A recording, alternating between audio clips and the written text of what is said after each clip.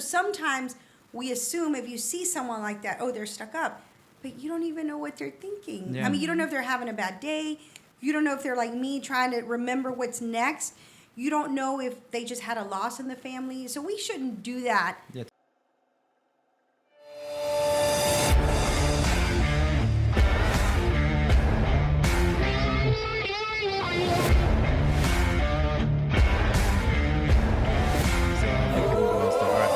All right, what's up, guys? Welcome to the R2J podcast. If you guys don't know what we do right here, we talk to you every day, entrepreneurs, small business, and tradespeople who could help you out in Southeast Texas. With that being said, if you guys like what we're doing over here, go ahead and like, comment, subscribe. That's going to sure help the channel grow. And today's special guest is Zulema. If you guys don't know who Zulema is, you guys been sleeping under a rock then. She is very active in the community. And today we're going to just speak with her about everything that she has done for the community. How you doing, Zulema? Thank you for coming in. Thank you for having me. So I wanted to bring you in because I know you're very active in helping out the community, and Yes. just kind of wanted to know, like, how did you get there? You know, first of all, who is Zulema? Just in case if somebody didn't know who you were. Yes. I guess if I would describe myself, I would describe, first of all, now I'm a grandmother. So that's my favorite thing. I have a little grandson, and my daughter's like, no mas, you just talk about the baby. So he's going to be 2 years old. So I'm a grandmother, a wife. I have 3 daughters. I love to volunteer. My husband's a pastor. I'm a pastor's wife, but I don't like that position because I really like working in the background at church. Mm-hmm. At church, that's what I love. I want to be in the background. I think me and Sandy used to go to church together. Mm-hmm. Yeah. So she knows I don't like the front part there. I think that's such, it's such an important part of life, like for you to represent God. And I do. I obviously I believe in God and I praise him and I give him all the credit for everything. Yes. But I just think that having a position in religion is very, very special. Yeah. And I'm a Christian, but I don't want to be considered like una pastora, right? And the reason is because even though that is unofficially what I am, because I just think it's so, people look at it like you have to be perfect. And I'm not perfect, you know, and I don't think anyone is. Yeah, nobody's perfect, you know. But I don't want people to judge religion on my decisions that I take. So I just work in the background. And so a lot of people don't know that about me. Mm-hmm. You know, that my husband's a pastor because we're a smaller church. We're here in Port Arthur. But that is also one of the passions. I love to I'm still a Sunday school teacher. I do teach the kids. And it's just, I love them. And you could see where they love me because when they get there, van y me abrazan and they miss me. And so it's amazing. So that's a little bit about my personal life. Okay, nice. Yeah, I know we had a pastor, Robert and Mike, Monique here. Well, Monica, right? Monica. Yeah, Monica. Yeah. And they have a lot of good information that we talked about being a pastor, how they got into being that journey, you know what I mean? Yes. So it's very interesting, you know what I mean? Yes. And I think that with just being a Christian, you know, you have a lot of taboo on it because you do have the people that, again, we're not perfect, but we try to serve God. And then you have, you know, it's a little... I mean, let's just be honest. It's a little bit a touchy subject because you have some places that take advantage of their power. Yeah. And so that's where, you know, I kind of like, I just want to be in the background. But I love God, and I give all the credit for all the talents because I believe all of us have talent. All of us have it. And it's biblical. Yes. Biblical that God a todos nos dio talentos. And I'm sorry, I know we're in English, but that comes out. Yeah. My Spanglish comes out. And we all have talents. And I want to make sure, and that's what I've taught my daughters. I said, you know, what God's giving you, you really, really need to use it. Yeah. You know, like you know, in this, having this desire to have this podcast, that's a talent because, you know, it's your time, your dedication, the editing that I don't know how to do that. But someone has to do it, and that's one of the many talents that God's giving you. I figured, when I told you, I was sure what I was gonna do with this. Yes. And then I was like, you know, let me do something for the community. You know what yes. I mean? Let me stop being selfish. You know what I mean? So I was just like, figured I help out the community, see what happens, see if I could try to connect people together and keep me busy and occupied as well too. You know. Yes. What I mean? And you know what I've noticed, because I'm on the podcast, like now that you can drive. You can listen to things and it opens your mind, because sometimes we think we're the only people that are going through a problem, right? Yeah. And having these, because I love to listen to them, is that you see that a lot of people go through what you go through, but sometimes we think we're alone. So that's what I think is special about the podcast, that it makes us see that we're all very much alike. Yeah. I asked Sandy actually like maybe almost a year ago that she wanted to be on the podcast, and she's like, well, I'll see. I saw it. It was good. And then she finally, after I got a couple of guests in, a year later, I got a couple of guests in. She was always sitting down over there too. She seen how it went. She was always here, but she wasn't on it? Yeah. She probably was here. I remember I listened to yours, which was about 3 months ago, I think. Más o menos? A couple of months ago. Yeah, I remember that one. Yeah. Okay, I never knew. Yeah, she was in the background, just seeing how everything worked. You know, what I mean, I'm not trying to throw anybody under the bus or anything. You know what I mean? I was just trying to get to know people and let the viewers know what they do. You know? Right. So then she finally decided to come in, and now she wants to get more comfortable being on the podcast. You know? Wonderful. Now you have someone. Poquito, ahí vamos. Yeah, but look, you don't even know, but like you said, she's been helping you get other people. Again, looking at talents. Yes. Mm-hmm. The matchmaker kind of type of in the business world, I guess. Yes, true. So what drove you to help out the community? I think that I remember, if I go back, I think a lot of the service, we were talking earlier about how my family comes from Monterrey, from my mom's side. And my grandfather was always a very giving person, and he always would teach us. We didn't go to church in Monterrey because Monterrey is such a big city. Now there's a lot of churches everywhere. Mm-hmm. But when I was little, there wasn't a lot of churches. Mm-hmm. So my grandfather would give us like little Bible classes at the house, because I remember that he was the church está like far away from where we were. And he would always kind of teach us a lot of biblical principles, the best that he could, porque no era, he wasn't studied or anything, but he had love for God, and he would teach us, the things that the Bible says it's better to give than to receive, help people that are less fortunate. And I think that my grandfather instilled in us to do things without knowing, to give back. So I would spend my summers in Monterrey, but over there it's it's like Houston. You really can't just go out and do something as a little kid. Mm-hmm. So my first, besides helping, I grew up in a Baptist church. Besides helping there, doing things with, small mission, ahí local, my first by myself thing that I did is I wanted to be a candy striper. And I don't know if you know that is candy striper. So back when I was younger, there was positions of helping at hospitals. Mm-hmm. And you would dress, and they said candy striper because you te ponían like a dress like candy with stripes, like red and white, like a candy cane. Mm-hmm. That's why they called them a candy striper. So that's what we were. So we would have we look like little nurses kind of, because the dresses, they look like nurse costumes, but they were striped. So we were volunteers. And when I would go to the hospital to visit people when I was little, I would say, what are those girls doing? Because of their costumes. And then we found out, I would ask them, and I was a little girl. Well, we just come and volunteer on Saturdays, and we help whoever needs help. Doesn't matter who it is. So I told my mom, I said, I want to be a volunteer. So we asked, and I think you had to be like 13, 14, around that age. I don't remember exactly, 13 or 14. So as soon as I was at that age, I signed up, and that was my first. My mom would drop me off on Saturdays, and even though it was free, you had to go the schedule that they would give you. So you would do like every Saturday, and then you would do like one evening during the week, and that's what I did. And that was like a year that I worked for free for the hospital, Park Place. If anyone's from Port Arthur, Park Place Hospital by the Dairy Queen on 39th Street. It's not there no more, right? It's not there anymore, and that was my first community involvement that I did. And you would just see, like, obviously you didn't get paid, but you just felt something that no one can give to you. That feeling of, maybe a senior that really didn't have people that would visit them. You would go in there, hey, how are you doing? And you would just give them a smile. It was little things like that that made a difference. And that was, I think, my journey into working in the community. Because I just, nothing, and I tell people this, go volunteer somewhere. Volunteer. Hospitals have some free positions. You have food banks. My daughters now have a food bank, which if anyone needs anything, we have them the third Thursday in Port Arthur. We open a food bank. We serve, on average, about 150 to 200 families every month. Can anybody go volunteer? Or? Yes, we're always looking for volunteers. You do that. There's the one that we love to volunteer is at the pet shelters. Okay. I haven't done that one a lot recently since COVID, because since COVID it shut down a lot. Everything's coming back now.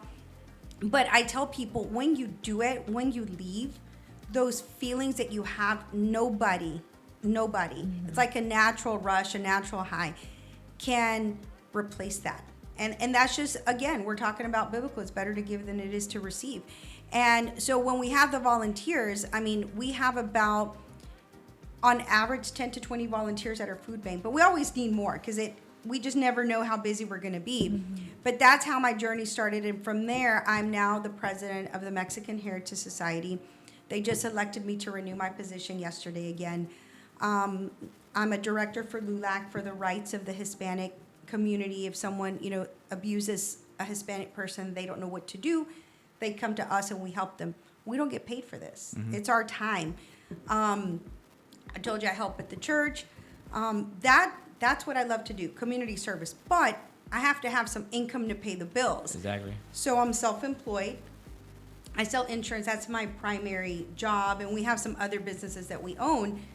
But through that, I get to give back because I can leave the office and it's still running and I can go volunteer. Yeah. And that's just my You also dream. do like HPAC, right? I think I seen you there because I was the Yes. first. Oh, were you there? Yeah, I was there. This, Yes. Past, and I think it was in Sunday. September. I think it's September or October. What event was it? Do you remember? The HPAC. Because they just had an event this Sunday. Oh, no, I'm not sure about that. Okay, I was Yeah. there. Okay. Now with HPAC a while back, I was a little more active, and then they elected me to president at Fiesta. So I kind of, a lot of them that I was just like a member, I kind of stepped back a little bit. Yeah. Because that one's a big role. Have you been? Have you been? We were there this year. September. Did Yeah. you get Yes. to go to this year? Yes, we went. So you saw how big it was. Yeah. It's the biggest it's been. We had close to 3,000 people there. Yeah, I was surprised you guys had some cars out there too. I was like, man, next time I know this, I'll bring my little Celica GT4, the Yes. Japanese right-hand drive. So We're gonna keep it because we had so many people. We had really the guys because it was very, very family, but it was more like towards, I guess, more women things. Mm-hmm. So my brother Esteban wanted to add a car show, and I was like, well, if you do it, we'll do it because I can't add it. It's too much for me. The event is so big. And he took it over, and all the guys loved it. All the guys are like, oh my gosh, I should have done this. So we're keeping it. And next year, obviously, we'll have it bigger because a lot of people didn't expect it. It was the first time we've done it in a long. They've done it in the past, but many years ago. So we're keeping that. So that's good. Now September 13th of 2025, we're already planning for it. Didn't you get recognized in the HBA?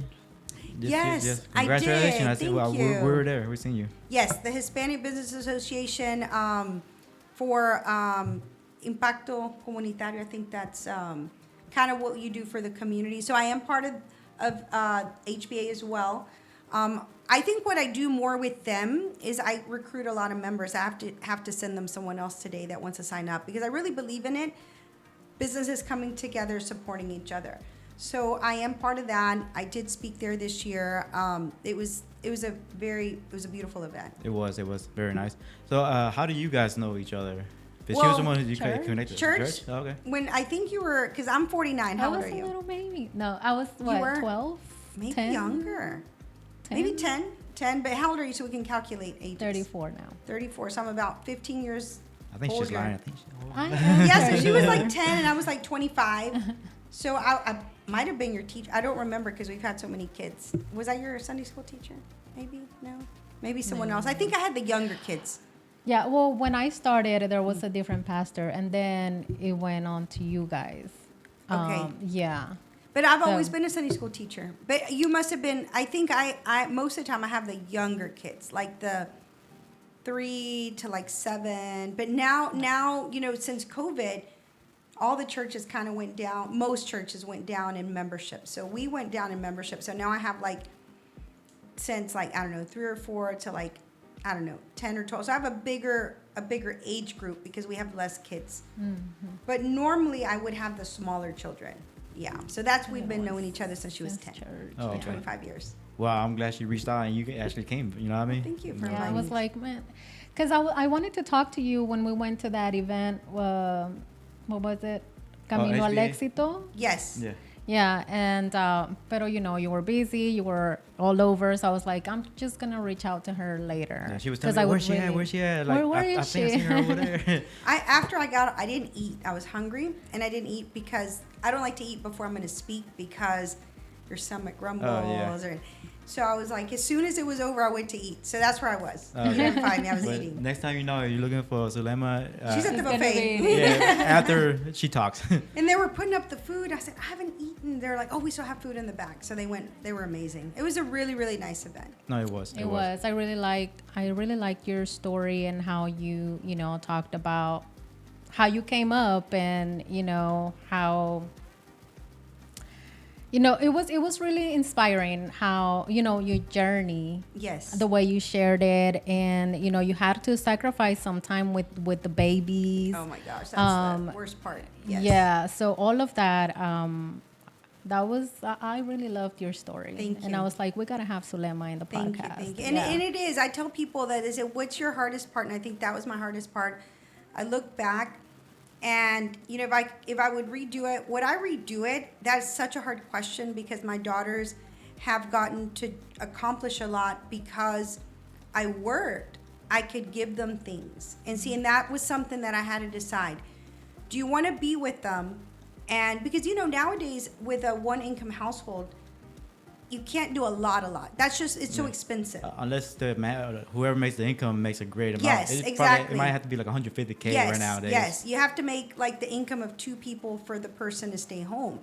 And I told my husband, I said, I want to travel. I want to take my girls to places. I said, but just with you working, it wouldn't be fair. I mean, we would be in debt or we just couldn't. So we sat down, we talked about it. But this was the deal that we made. We made that if my mom didn't watch him, I was going to stay home. Mm-hmm. That was the deal. And I talked to her. She said, I'll watch him. So if not, I would have stayed home. But because of that, we had another income, and that's where we could travel. And in the beginning, we didn't travel like far, far away. But even if and I tell people this, you go to Houston for a weekend, it's $800. I mean, your hotel's $150, 2 nights, dinner, you're going to do something, go to the movies. Just Houston, you're going to spend, $5 on the very low to $1,000, and that's just local. Yeah, unless you have some family members or friends you can stay over there. Unless you stay at their house. Yes. Yeah. And see, then Austin, one of my daughters lives in Austin, so I stay with her. But still, she's like, if you come here, we're going to go out to eat. But just going out to eat, me and her, I mean, Austin's an expensive city. Yes. We're $40, $50 just going out to eat for 2 people. Yeah. So that's it. Gas. Yeah. Right now, I'm saying that's not even bad too. 2 people, $50. Nowadays, like and that's on the cheaper. Yeah, you're right. That's on the cheaper side. Like, okay, we're gonna get something small, but and I'm sorry, I've been having a cough. You good? For like a week. Yeah, if you say $50 back in 1990s or whatever, like, whoa, that's really, that's true. Mm-hmm. But everything right now is expensive. So that is the hardest part of my journey was deciding, to work or not, and it was just a decision that I made. So it is hard, like I said, to decide, would you do it again? I really don't know if I would. I mean, I don't know if I would. I might not, because because either way, I think it would have been a win-win. If I stayed home with them, I would have loved it. But if I worked, I would give them what I've been able, like the little extra things that I couldn't do without. Yeah. Mm-hmm. The next question I was going to ask you, I guess it seems you're very comfortable talking in front of people. I guess you have to get very uncomfortable to get in that position first, huh? I tell people this. First off, you have children. Okay, I'm going to promote Mexican heritage, but this is for a good reason. Mm-hmm. I tell them, put your kids in dance. Now, I'm just choosing Mexican heritage. You can put them in any dance. Yeah. Because if they're dancers, they get to perform in front of people, and it becomes normal. So when you tell them, hey, go do this, it just becomes normal. Because, one of the biggest fears is talking in front of people. Mm-hmm. Yeah. Even when I go on stage, even though I've done it in the beginning, you do get scared. But once you start talking, se te va, because you're like, okay, I'm up here, whatever. But that's a great example. Also, like the queens, compete for queens at fiestas. That's just an example. You can do any pageant because it puts them out there to take away the fear. So what I did and what I've done with my daughters is I was in drama. Now, I did it because I love drama. I didn't do it for any other reason. So I started in drama in about middle school. And so you would be in front of people and it just became normal. It became normal, and you would act, and everyone's like, and I tell this to everybody. If you mess up, I tell this to the queens, I tell it to the dancers, I tell it to my daughters, you just keep going, because they don't know what you're supposed to say, right? They don't know what you and me are supposed to say right now. We just keep on going. Yeah. If you make it obvious, then people know. So I really highly recommend parents to put their kids in dance, to put them in drama. Drama is really my favorite one, because I did it. So my daughters were also in like musicals at the Port Arthur Little Theater. So you can tell them, hey, get on a podcast. Hey, get talking. Last minute, like if someone doesn't show up to be a speaker, they said, hey, can you come in and talk? What do you want me to talk about? And they'll give them a subject, and they just go up there and talk, but it just becomes normal. Yeah, you just gotta practice. Practice, and then the fear goes away. Yeah, that's one thing that I like try to tell my son, because my son is 20 years old, right? So I tell him, hey, You have a 20-year-old son? yeah, I'm 43. What? FYI. Yeah.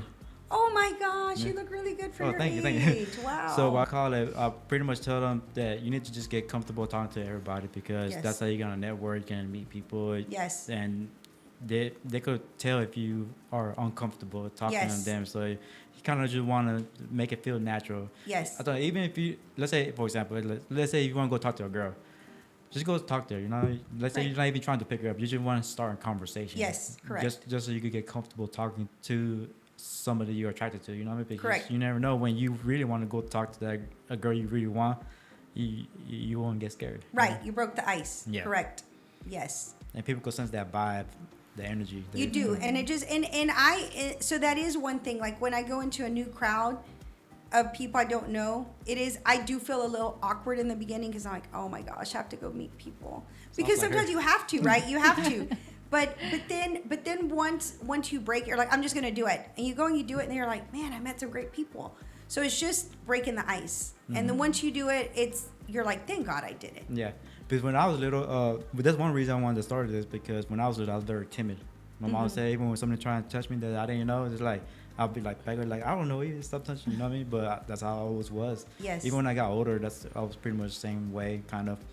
And then it helped me a lot grow when I especially had to move to Birmingham to get my first engineering job.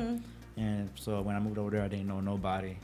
And you had to. And I had to. So I did everything by myself, but because I didn't know anybody, I Right. talked to everybody pretty much. Yes. I had a great time. But I was just hitting up all the festivals over there, hanging out with some of the new coworkers I was working You're like, with. I should have done it sooner. Yeah. And that's one thing is I kind of want to tell, guys, what I mean, especially I think you guys need to, travel a little bit or even move away for a little while, just be out by yourself. Yes. To get to know yourself, to see what you really want. Right. Yeah, it takes you out of your comfort zone. Yeah. Yeah, I agree with that. And I know that when you go somewhere else, it's not like normal. It challenges you, and that's a good thing. Mm-hmm. So I agree with you on that. Yeah, especially I think I did go to Anna's Damas, the event that she had for Dia de los Muertos. Yes. Yes, I was there, and I asked her if she wanted to go, but she said I can't go because her work schedule, she wasn't sure what it was gonna be like, Yes. So I went by myself, but luckily Jacqueline was there. So Yes. me and her was just talking to her. I met some other people that I knew there, just talking to them, just kind of catch up or whatever. But it was fun. I actually never been to the event. I think this was her first year. She wants to do it every year. Mm-hmm. And I actually bought tickets, but I ended up giving away because I didn't know that there was another event. Because at Fiestas, all the board members, we try to go, there's 6 of us. And we try to go to different events because we want to support them. But that day, there was 2 at the same time. And I didn't realize it. And we were like, okay, where do you want to go and where do you want to go? Well, we both wanted to go to both, but we knew it couldn't happen. Yeah. So we looked at our schedules and then we split up. So we had 3 of our board members at one, and I think we had 2 of the board members at the other event. Yeah. Because we really, really, as a board, when I came on as president, we want to support all the Hispanic organizations. So the board tries to show up to every, like this Sunday, we had the HPAC. So we had 3 board members there. And then the same 3 board members went to another event. Roy Piedras, he had an event in downtown Port Arthur. So we were at HPAC's event for 3 hours, and then from there we went to the other one for 3 hours. So 6 hours a Sunday we were there supporting 2 Hispanic events. Yeah, that's one thing I noticed that doing this podcast, meeting all the especially Hispanic people, that's what I've been getting mostly, and the community, how like they're like helping each other out constantly, you know, because I had like Nancy here who does taxes and stuff like that. Yes. And she introduced me kind of to the mom show, so I started. Oh yeah, they're fun. And man, I tell you what, they have a lot of energy because I always see their feet. They're almost everywhere, almost every day. I was like, man, how do you guys could do it? They were at the first event that we went to. Yeah, they were there. So they, they're out there doing their thing, and then all the other local Hispanic workers out there just trying to create something, you know. Yes, and we have to support each other. I mean, we have to. We That's don't compete what it's each about, other. right? It's about contribution and collaborating with each other. Yes, exactly. That's how you're gonna grow. I think that's what makes it beautiful, you know. And it's been crazy because I've had 1 or 2 people that I don't know. I'm gonna tell you. I'm just gonna be honest with you. What I've had a couple of people. I had this one lady. She invited me to her birthday party, and I told my husband, let's go. She called me herself. Let's just show up. We had another event this was last Friday. And I said, let's just show up. I have a present for her. We'll be there 30 minutes because we had somewhere else. And I showed up and she's like, what are you doing here? And I said, well, you invited me to your party. She said, yeah, but I didn't think you were going to come. And I said, well, you invited me, so I wanted to come. And then she just sat there. She was just looking. And she knows me. And she's like, you know what? And I said, what? She goes, a lot of people think you're stuck up. And I said, what? And she goes, I'm just going to tell you. She goes, but this shows how you're not. You're at my party. It was a smaller party. And you came to support me. And because I was honest with her. I said, I can only stay 30 minutes. I have something else I have to go do. I had another commitment. And then she goes, but sometimes people make an image of a person that's not what it is. Yeah, because everybody has a different image of that person. Yes. And sometimes you could see me, and I tell people this. When I'm at the store, I've done this. Like Sandy can be right here, and I'm just like looking because I'm like, okay, after here, I have to go here, and then I have to go here, and that's my mind. So it's not that I'm ignoring. I'm like this. Just focused. I'm focused that I have. Zulema, don't forget that you have to go pick up this cake and take it to church. And so I've had people, they'll tap me and so sometimes we assume if you see someone like that, oh, they're stuck up, but you don't even know what they're thinking. Yeah. I mean, you don't know if they're having a bad day. You don't know if they're like me trying to remember what's next. You don't know if they just had a loss in the family. So we shouldn't do that. Yeah, don't take it personal. Yeah, you know don't take it personal. Yeah. You don't know until you know the person personally. Don't judge them. Yeah. You know, because we don't know their story. And once so that's what she told me. She goes, yeah, I tell people, I tell them you don't know her. And this is not everybody, obviously. This is, a couple of people that she knows. They're like, really? Is she really like, she's really down to earth? I said, well, I think I'm very simple, but, people just make judgments on people. I'm almost the same way with, like, if it's a large group of people, I just kind of stay quiet because especially they're loud. Yes. I don't got a strong voice, so it's like I don't want to feel like shouting or whatever. Yes. So like I'll do more comfortable. I think one-on-one like this the podcast. That's what I think. I figure, okay, I could do podcast. And then people could think the same thing. Oh, he didn't talk to us because he thinks he's better. Yeah. No, it's just he doesn't like a big group. He likes a smaller group, and but that's why we can't make assumptions. Yeah. Or sometimes maybe it could be the topic they're talking about. I'm not really that interested. Exactly. Or not knowledgeable, not interested. So many other things. So not assume anything bad about the other person. Mm-hmm. So what's the any big things coming up for you? Well, we do have a welding school that we just opened down the street from here. I heard about somebody opened up a welding, yes. welding, but I wasn't sure who all it was, So it's called Welding World Academy. Mm-hmm. And I'll tell you the purpose. I'm going to tell you how this happened. I didn't plan it to happen, honestly. It just happened. So we are a state recognized school. So it's not something that we're doing in the back of our yard. Yeah. When you finish our course, you get a state certificate that you're a certified welder. So you can take that to your boss and say, look, I'm not just a regular welder, I'm a certified welder. We have 6 different courses. We're going to add more. But what happened is that I was seeing that a lot of people in Port Arthur weren't getting a lot of opportunities. Mm-hmm. That's just, I live here, my businesses are here, and I saw that. So being out in the community, I talked to several big companies, and I said, why aren't you hiring Port Arthur people? I just asked them. Well, they're not certified. They need to be certified to do certain things. And then I said, well, if I help them get certified, I didn't even know what I meant. I said, if I help them get them certified, will you hire them? didn't even know what I was talking about. I don't even know how to, back then I didn't know how to certify people. And he's like, yeah, if they're certified, we'll hire them. So one day I was talking to my son-in-law that runs a school. And I said, what can we teach people? 2 things. That's very fast, that it doesn't take them a 4 or 5, like my daughter, she's in law school, in her last year of law school. She's 28. She took a 1-year break, and she'll be end up graduating sometime, I don't know, next year in 2025. I said, nothing like that, because not a lot of people have a commitment to go to school for 8, 9, 10 years. My other daughter. And then plus getting depth too for yes, that. and then getting practice. And that's one thing I told my son, that if you're going to go for college, you better make sure you're going to go for engineer, lawyer, CPA, doctor. So that field, Yes. where you get your money worth. Yes, and that's what I said. I said, not a lot of people, well, there is a lot of people, but not everybody. That's a better way. Not everybody wants to take that route, right? I didn't want to take that route because it's so long. Would I want to be an attorney? Yes. Would I want to be a doctor? Yes. Do I want that commitment? No, because I'm too hyper. I have a different personality, right? So I talked to my son-in-law. I said, what can we certify them in, that there's a lot of work here and that they're going to get paid fast, like it doesn't take them so many years. Yeah. So we researched a lot of stuff and we came up with welding. So welding, you can take a course for about 7 to 9 weeks. 7 to 9 weeks. Now that's course number 1, because there's a lot of courses. But at the end of that one course, you could easily get paid $25 to $30 an hour. Nice. That's good. Beginning nurses make $30 an hour. Yeah. You guys have the website open and running? WeldingWorldAcademy.com. Okay. And I'll link everything, all the information in the box. All right, guys? But I know we're running out of short time, because I know you're a very busy person. But so any last words for the viewers? I always tell people that if you have a passion, right? Passions don't always pay, like my volunteer work. So sometimes you have to do things that you really don't like, whatever it may be. Maybe you really don't want to be a welder. And actually that's a great example, because that's what I tell people. I said, maybe your career goal is not to be a welder, but that money from being a welder can take you to your passion. So I tell people that sometimes that's what you have to decide in your life.